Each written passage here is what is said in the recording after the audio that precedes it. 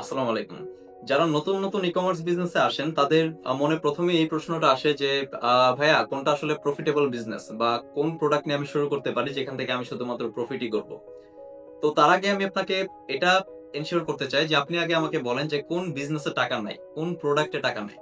পৃথিবীর এই পর্যন্ত যতগুলো প্রোডাক্ট আবিষ্কার হয়েছে তার মেক্সিমামই আসলে আ যেগুলোর মানুষের প্রয়োজন আছে তারা সেই প্রোডাক্ট গুলো অবশ্যই হিট হয়েছে বা সেই প্রোডাক্ট গুলো ভালো পরিমাণে সেল হয়েছে।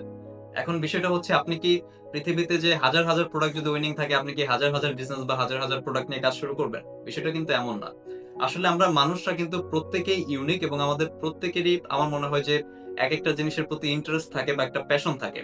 সো আপনি যদি আপনার ইন্টারেস্ট এর প্রতি ফোকাস না দিয়ে, আপনার প্যাশন এর প্রতি ফোকাস না দিয়ে যেখানে টাকা আছে সেখানে যান, আমি আপনাকে আজকে স্বর্ণাক্ষরে লিখে দিতে পারি আপনি সেই বিজনেসে ধরা খাবেন।